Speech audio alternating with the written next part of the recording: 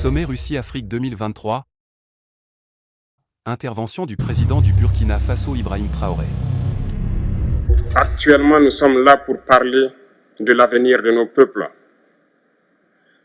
de ce qui va advenir demain, de ce monde libre auquel nous aspirons, de ce monde sans ingérence dans nos affaires internes. Nous avons les mêmes perspectives et je souhaite que ce sommet soit l'occasion donc de pouvoir tisser de très bonnes relations en vue d'un meilleur avenir de nos peuples. Les questions que mes générations se posent sont les suivantes, si je peux me résumer.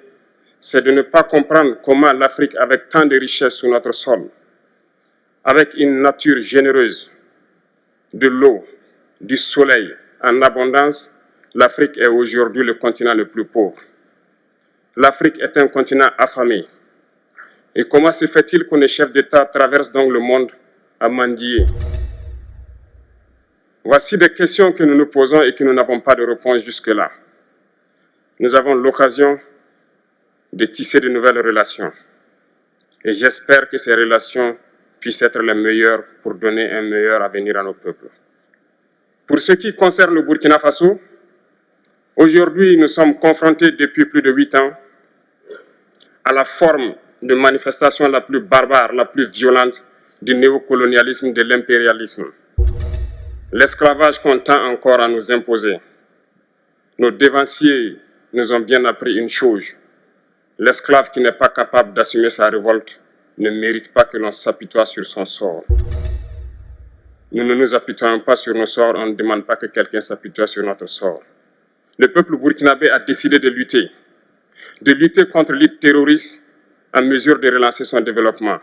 Dans cette lutte, des vaillants peuples, des vaillantes populations se sont engagées à prendre les armes face au terrorisme, ceux que nous avons affectueusement appelés les VDP, des volontaires.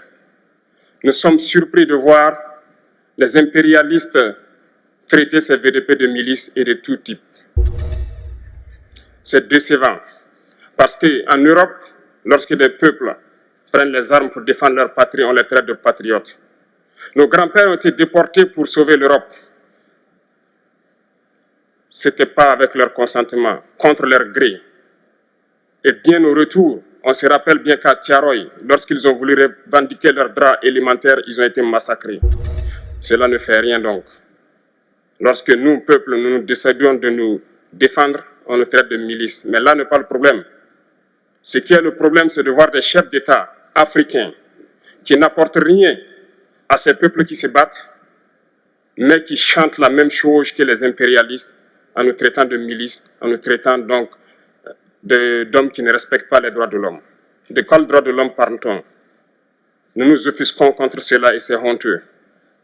Il faut que nous, chefs d'État africains, nous arrêtons de nous comporter donc en marionnettes qui dansent à chaque fois que les impérialistes tirent sur les ficelles.